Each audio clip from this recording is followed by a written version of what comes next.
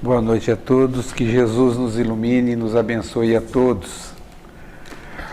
Hoje nós estávamos pensando a respeito de um assunto para a gente falar, e como nós estamos no mês de junho, né, e nós temos pelas comemorações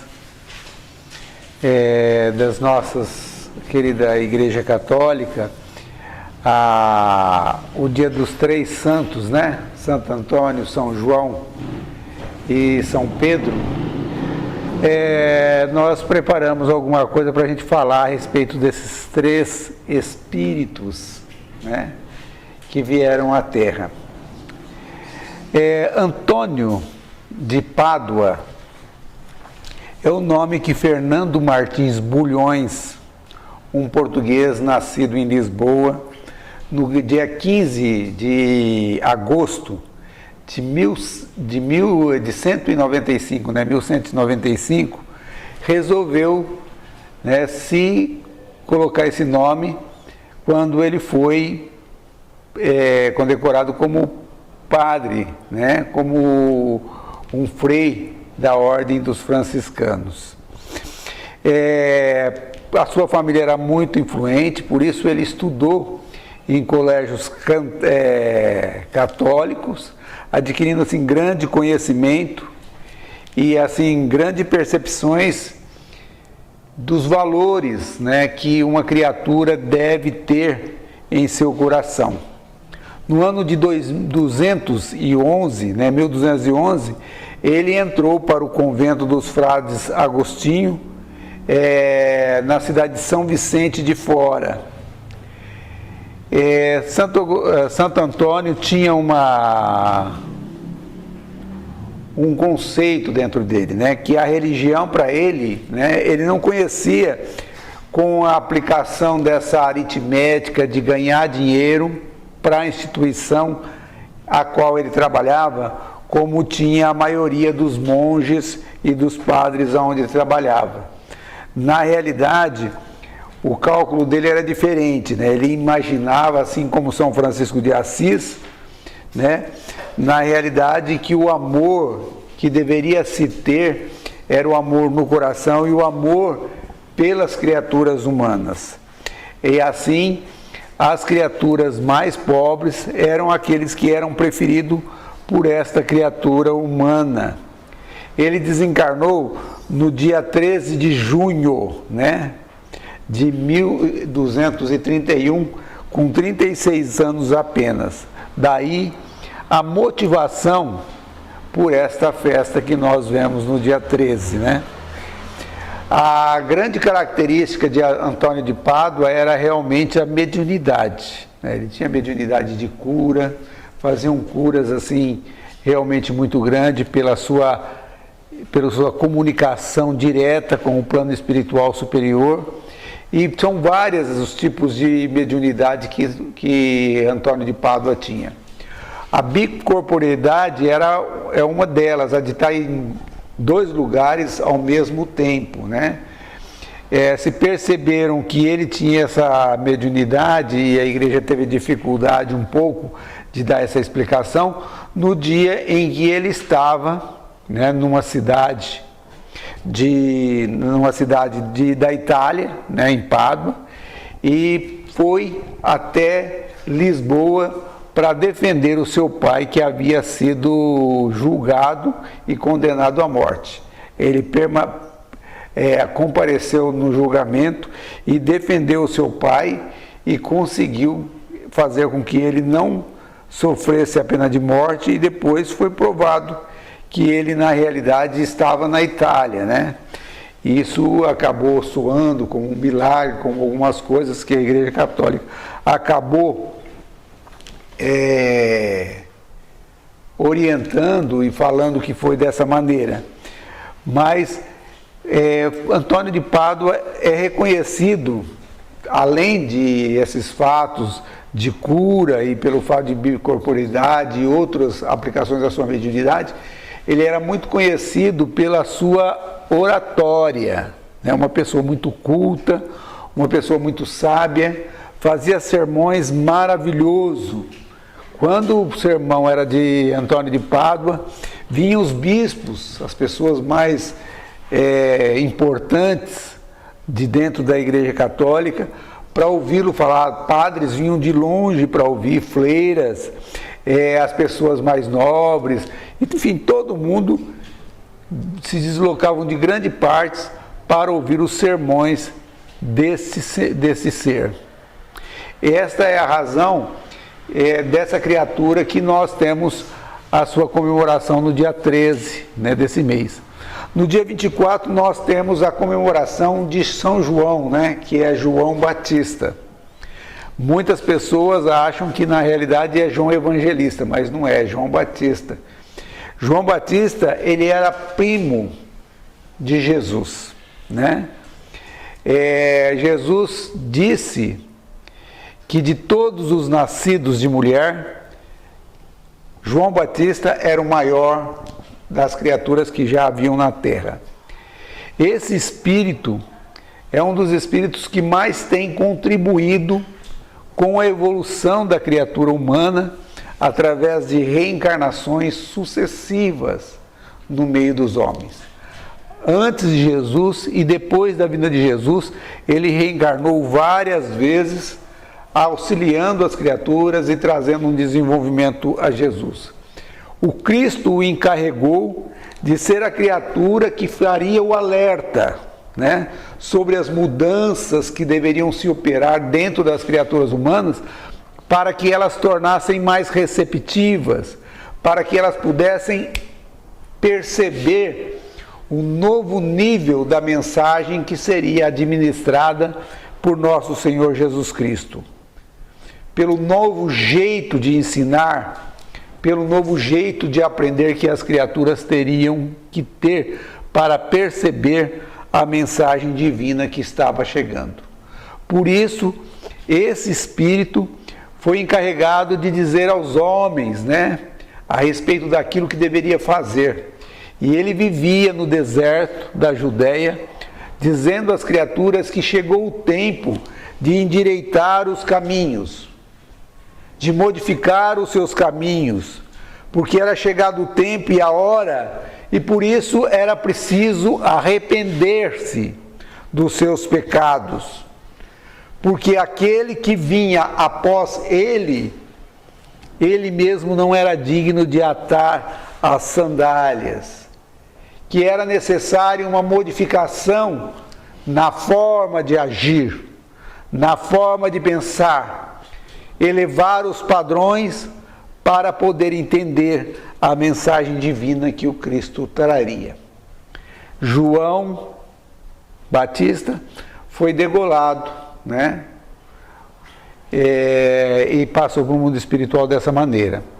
São várias, e depois disso ele veio na Terra algumas vezes aí trazer a mensagem às criaturas. O terceiro personagem do mês de junho, né? Provavelmente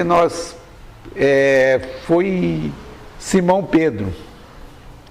Simão Pedro, falar sobre Simão Pedro seria o mesmo que contar a história de nosso Senhor Jesus Cristo. Por incrível que pareça, parece que até os seus erros, as suas falhas, parecem ter sido propositais para que nos deixasse exemplos maravilhosos. Desde o seu convite, né, que Jesus encontra com ele, convida ele a participar, a ser pescador de homem, que Simão Pedro olhou para Jesus e notou a firmeza, a calma, a segurança, a paz e o amor e a compreensão daquele jovem às margens daquele lago que o convidava para uma nova vida, né? Ele, como um espírito encarnado mais velho, né, seguir o jovem, seguiu, mas atraído pelo seu magnetismo, pelo seu ascendente moral. Jesus escolheu a casa de Simão Pedro como entreposto, né, entre as pregações e a sua permanência na Galileia, né? Toda a sua missão foi observada pelos olhos, todos os seus ensinamentos foi ouvido por esse ouvido de Simão Pedro, às margens do lago. Fosse em Tiberíades, fosse em Magdala, fosse em Cafarnaum, em Betsaida, aonde Jesus estivesse, sempre esteve presente este Espírito. Nos diz o seu, agora eu não me lembro o primeiro nome, meu Celestino, que é tradutor de línguas antigas, ele narra que quando Jesus, né, esteve conosco na terra, as criaturas eram muito sofridas. Para a gente poder ter uma noção, ele nos diz que a Galileia, e assim como a Judéia e a Samaria, o povo sofria opressão, né, de uma outra terra. Eles trabalhavam para pagar imposto para outro país, de pessoas que viviam na opulência. Era um povo sofrido, sem esperança, vivendo amargamente. As pessoas mais ricas eram utilizadas pelo Império Romano para oprimir as criaturas mais pobres. E assim ele nos narra que quando Jesus, né, chega ao Monte das Oliveiras e que começa a chegar a multidão para o Sermão do Monte, aquela multidão enorme vinha atrás não só da cura do corpo, mas atrás também das consolações. A multidão era composta por velhos, pessoas doentes, famintos do corpo e da alma. Eram pessoas aleijadas, tanto moralmente como do corpo. Eram criaturas de todos os tipos necessitados.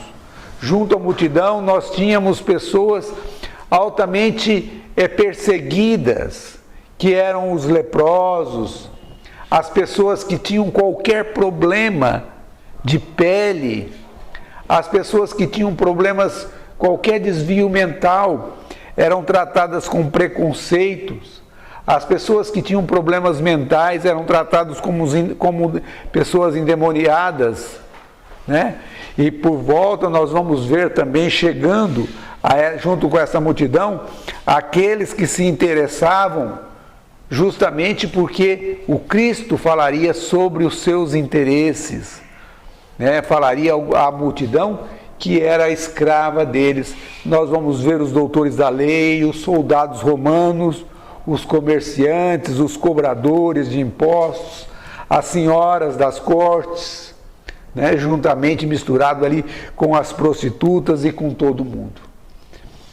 Diante desse magnetismo que fluía dessa multidão de variadas aspirações, o Cristo se pôs a falar para a multidão, falando primeiramente da importância que as criaturas tinham. Dizendo às criaturas: vós sois a luz do mundo. E ninguém acende uma luz e coloca embaixo da mesa, mas se coloca no alto para que ilumine a todos. Por isso brilhe a vossa luz, para que vós podeis resplandecer o Pai Celestial que vos criou. Vós sois o sal da terra. E para que serve um sal se ele perdeu o seu sabor? Para nada mais serve, a não ser para ser jogado no chão e ser pisado pelos homens. E assim o ensinamento de Jesus era como se fosse uma canção, buscando a todas as pessoas cansadas e sobrecarregadas, as criaturas oprimidas, chamando elas para um alívio, para aproveitar a brandura e a mansidão do seu coração. Seu jeito claro e transparente dizia à multidão: eu não vim destruir a lei, mas dar-lhe complemento, ou seja, atualizar. Vocês ouviram o que foi dito aos mais antigos: olho por olho, dente por dente. Eu, porém, vos digo: amarás não só o seu amigo, mas amarás também o seu inimigo. Amai os vossos inimigos e orai pelos que vos perseguem e caluniam, para serdes perfeito, como é perfeito o vosso Pai Celestial. Porque Ele faz com que o sol ilumine os justos e os injustos, e a chuva caia sobre os bons e os maus. Ensinava Jesus, não só nesse sermão, mas durante toda a sua missão, aos olhos de Simão Pedro, que deveríamos amar a Deus sobre todas as coisas e ao próximo como a si mesmo, dizendo ainda que isto, amar a Deus e amar ao próximo, é o resumo de todas as leis, da lei de Deus, de todos os 10 mandamentos, e além disso, ela resume também tudo aquilo que está escrito pelos profetas, tudo aquilo que foi escrito até então. Por isso, se alguém nos bater a face direita, deveríamos oferecer a outra, porque seremos conhecidos pelos frutos que nós produzimos, por aquilo que nós fazemos aos outros. Por isso, é melhor que nós façamos aos outros aquilo que nós gostaríamos que os outros nos fizessem. Que fôssemos agradáveis às criaturas humanas, que tratássemos com carinho, para que nós pudéssemos receber em nosso coração a paz e a serenidade dentro de nós, nos orientando que Deus é Pai misericordioso.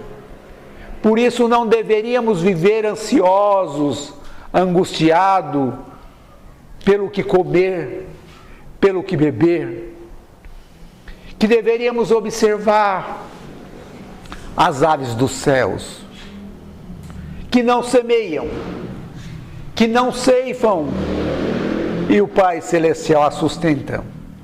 Que a nossa ansiedade, a nossa angústia não deveria ser quanto à aparência, que deveríamos observar os lírios dos campos, belo como nunca. Dizia Jesus que nem Salomão, em toda a sua glória, jamais se cobriu como um deles. E que Deus veste assim essa erva, quanto mais a nós. Por isso não deveríamos andar ansiosos e preocupados. Dizia que o seu reino é para os simples e para os puros de coração. Falando a todas as criaturas: eu sou o caminho, a verdade e a vida. Ninguém vai ao Pai senão através de mim, através dos meus exemplos, através daquilo que eu ensino, através daquilo que eu vivencio. Orientado e perguntado por Simão Pedro, que ouviu todos esses ensinamentos que nós acabamos de falar e muitos outros, certa feita foi questionado por Simão Pedro quantas vezes deveria ele perdoar o seu inimigo. E foi dele a resposta que Jesus deu, disse que ele deveria perdoar 70 vezes, 7 vezes. Porque ele tinha no conceito da lei antiga que deveria se perdoar só apenas 7 vezes.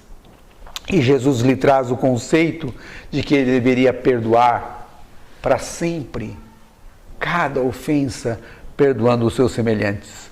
Porque os nossos erros são de origem das nossas ignorâncias, das nossas limitações, prejudicado pelo nosso desejo equivocado e provoca, através dos nossos anseios, o desequilíbrio que acabamos nos ofendendo uns aos outros. Diante daquela multidão que trouxe aquela senhora dita que foi pega em adultério, Jesus orienta todos, né? Depois de muito, como o caso conta, Jesus ficou durante muito tempo, e quando todos ansiavam por saber, perguntando para ele: olha, Moisés nos diz que devemos apedrejar a mulher adúltera, e você concorda com a lei? O que nos diz?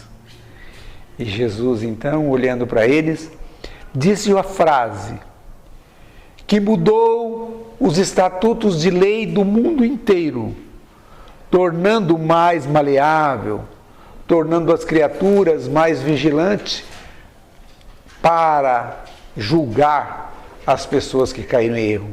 Jesus olhou para ele e disse: aquele dentre vós que tiver sem pecado, atire a primeira pedra. Esse fato extremamente interessante, mas que nós, observando através dos costumes antigos da lei, foi extremamente impactante em todos eles, inclusive nos discípulos.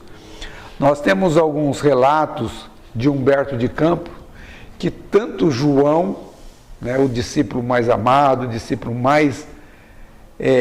João o evangelista agora, questionou Jesus a respeito desse costume, a respeito de que isso não seria assim, dar incentivo ao mau exemplo.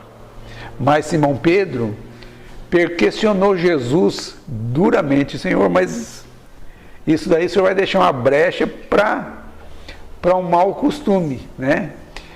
Está numa lição que chama a lição do discernimento. Quem quiser procurar é só entrar na internet e escrever lição do discernimento, vai ter todo discorrido o que aconteceu depois que Simão Pedro fez esse questionamento a Jesus, o que aconteceu com ele depois desse relato.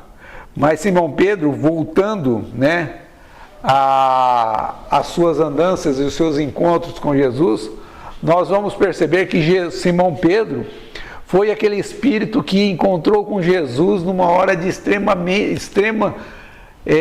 dificuldade, né? Quando eles estavam no barco, todo aquele barco lá jogando para lá e para cá, numa tempestade danada, e de repente os discípulos veem um vulto chegando próximo do barco, e eles observam e alguém fala assim: não, mas é o mestre. Depois de que eles estavam com medo de que era um fantasma, alguma coisa, falou: é o mestre. E aí ele olha assim, Simão Pedro olha para Jesus e fala assim: mas o senhor está andando sobre as águas? Ele diz: sim. Então deixa que eu também ande sobre as águas, né? E aí Jesus disse: senhor, pode vir, vem comigo, né? E aí ele vem, mas a falta de fé faz com que ele vacile e acabe afundando. Jesus ensinou a ele não só a andar sobre a água, que a fé é suficiente para que nós possamos superar qualquer dificuldade, até mesmo andar sobre as águas, mas que a fé também é extremamente importante para que nós possamos, inclusive, acalmar tempestades, acalmar tormenta, acalmar qualquer dificuldade que a vida nos apresenta. Ao final da missão de Jesus,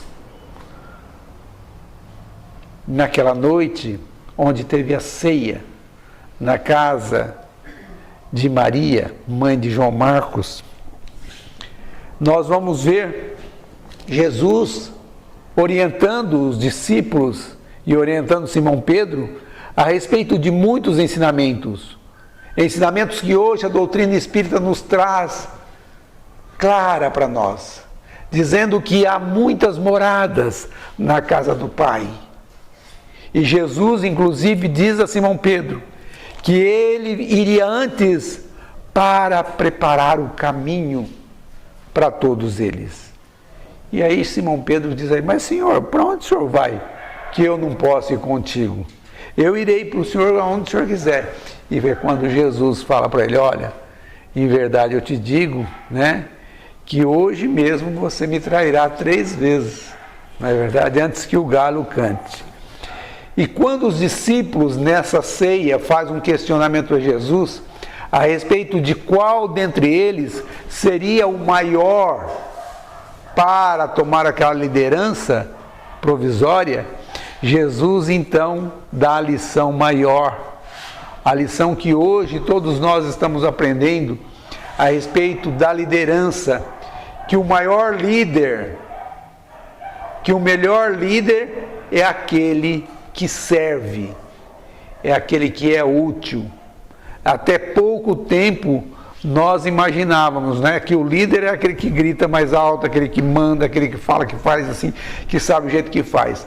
Mas com Jesus, ele disse que o líder verdadeiro é aquele que serve, aquele que mostra como faz. E nesse momento ele põe uma toalha na sua cintura e sai lavando os pés, que era uma atitude humilde, extremamente humilde, lavando os pés de todos os discípulos para lhes ensinar, né, que o maior dentre todas as criaturas, entre eles, era aquele que se fizesse servo de todos.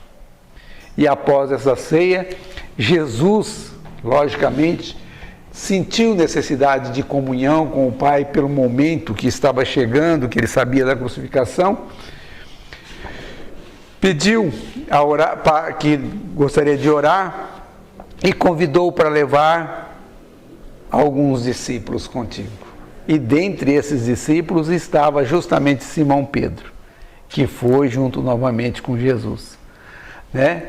Nesses dias, nessa lição, eles aprendem, né, que apesar do cansaço, muitas vezes a gente tem que permanecer junto aos amigos, permanecer junto às criaturas, porque as dificuldades elas passam. Os nossos amigos entram em dificuldade, se a gente não aproveitar a oportunidade de ajudar rápido, eles saem daquelas dificuldades e a gente perde a grande oportunidade.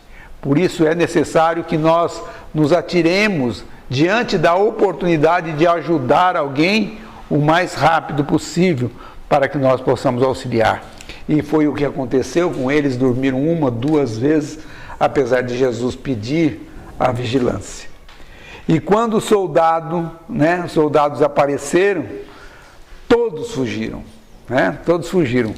O único que permaneceu com Jesus ali foi Simão Pedro, que atirou, né, que avançou sobre o soldado e cortou a orelha do soldado, e nos deixou uma lição fantástica, né, que Jesus olha para Simão Pedro e fala: Simão,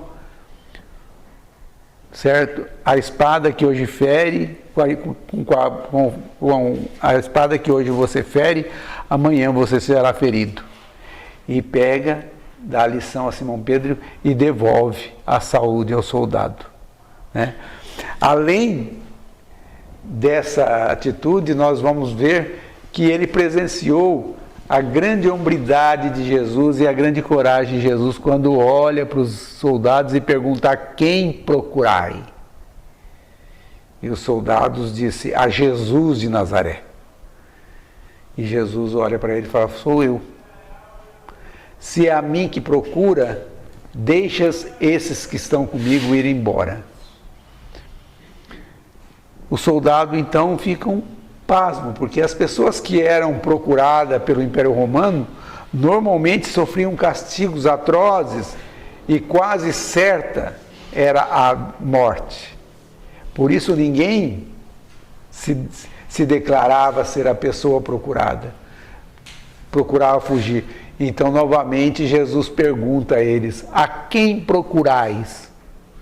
E eles dizem: a Jesus de Nazaré. Ele disse: se é a mim que procurais, estou aqui. Deixai esses que estão comigo ir embora. E se deu, né? se deixou ser preso para a gente poder saber o que aconteceria depois, né? A traição, todas as coisas que aconteceu com Simão Pedro, a gente acompanha e sabemos na história o que aconteceu. E esse fato deixou ele extremamente angustiado, a ponto de passar grande parte desses tempos depois que aconteceu isso, sem conseguir conciliar o sono. Depois da ressurreição, quando Jesus aparece para Maria de Magdala, no cemitério, que ela volta correndo para a sala onde eles haviam feito aquela ceia e disse assim: o mestre não morreu, o mestre está vivo. Os discípulos viram para ela e disseram assim: como? Ele disse: o mestre não morreu, o mestre está vivo. E ela então recebe assim como resposta: mas como? Apareceu para você? Justamente para você, né? Ou seja, uma prostituta? Por que não apareceu para Simão? Por que não apareceu para João, que eles mais amavam? Por que apareceu para você? Né? Quando Maria de Nazaré levantou lá e disse: minha filha, eu acredito que meu filho tenha aparecido. Foi quando Simão Pedro e João levantaram e correram até o cemitério para comprovar que o Cristo não estava mais no túmulo. Voltaram e depois a aparição de Jesus junto com ele. Ele relata que naquela vez, quando Jesus chegou, talvez ele esperasse, talvez seria melhor para ele se Jesus olhasse para ele e falasse: olha, você viu, né? Você me traiu, não é verdade? Mas nenhum olhar de recriminação, nenhum olhar de julgamento, o mesmo olhar amigo, o mesmo carinho, o mesmo amor. Jesus, assim, apareceu várias vezes aos discípulos. Depois nos conta João, no capítulo 24 de seu Evangelho, que depois de não conseguir dormir, depois que voltaram para a Galileia, não conseguindo dormir, um dia Simão Pedro levantou na madrugada e disse assim: eu vou pescar. João disse: eu vou contigo. Tomé disse: também vou. E assim pegaram alguns deles o barco e saíram na madrugada fria, mesmo sabendo que a pesca era imprópria para a pesca. Mas saíram para fazer companhia a Simão Pedro. E nos relata João interessante, que pescaram a noite inteira, sem nada pegar. No outro dia pela manhã, alguém na praia longo grita a ele: ei, vocês! E eles então se viram. E lá estava um homem. Disse: jogai a rede para outro lado. E eles jogaram a rede e logo se encheram de peixes. Pesou-se bastante. E Simão Pedro entrou dentro da água para ajudar a colocar a rede cheia de peixe para dentro, quando João olhou para a praia e falou: Simão, é o mestre que está na praia. Simão Pedro então nadou, pegou as suas roupas que estavam dentro do barco, vestiu mesmo na água e foi até a praia, nadando.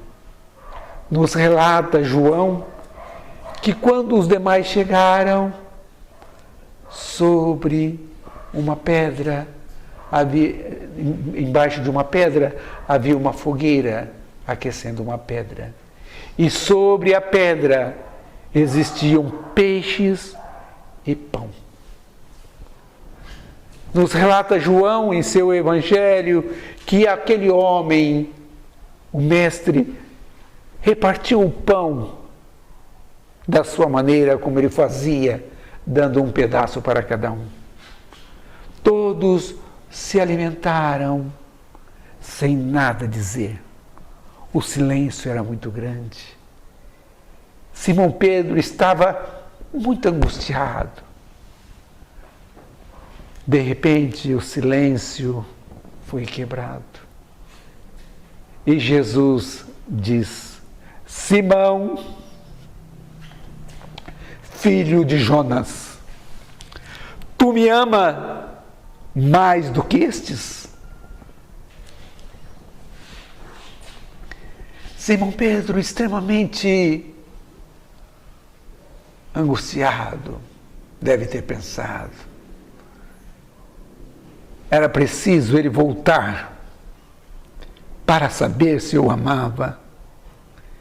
Então ele diz a Jesus: sim, Senhor, eu te amo. E Jesus lhe pede: apacentas as minhas ovelhas.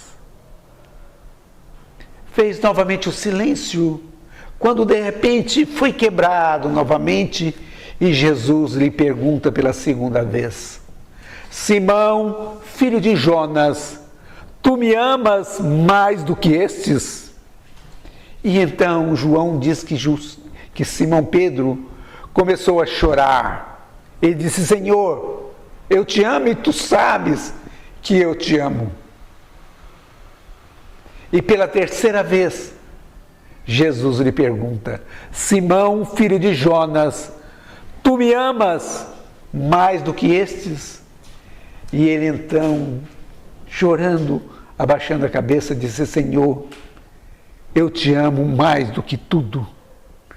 E Jesus então lhe pede pela terceira vez: apacentas as minhas ovelhas.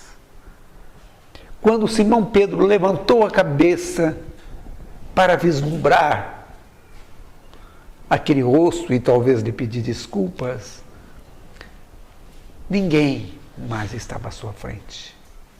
Mas ele voltou para sua casa, ajuntou os seus pertences, que não eram muitas coisas, pegou o caminho de volta a Jerusalém. E na cidadezinha, na estradinha, no caminho que ia de Jerusalém para a cidade do Porto, ele construiu com as próprias mãos um pequeno galpão.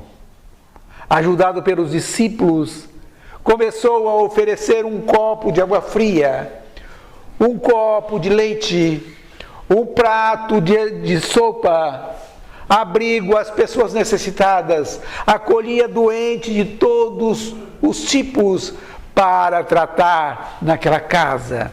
Os peregrinos, as pessoas que caminhavam, viam aquela casa com uma alegria e passaram a chamar de casa do caminho, porque todos que passavam no caminho que ia para o porto paravam por aquela casa. Ali tinha consolo, ali tinha amor, ali tinha paz. A presença de Simão Pedro se tornou uma criatura notável. Trabalhador na seara do Mestre, agora dedicava toda a sua vida. Nos conta João, nos conta Lucas, no Atos dos Apóstolos, que quando Simão Pedro ia para o templo para orar, que as pessoas doentes, os aleijados,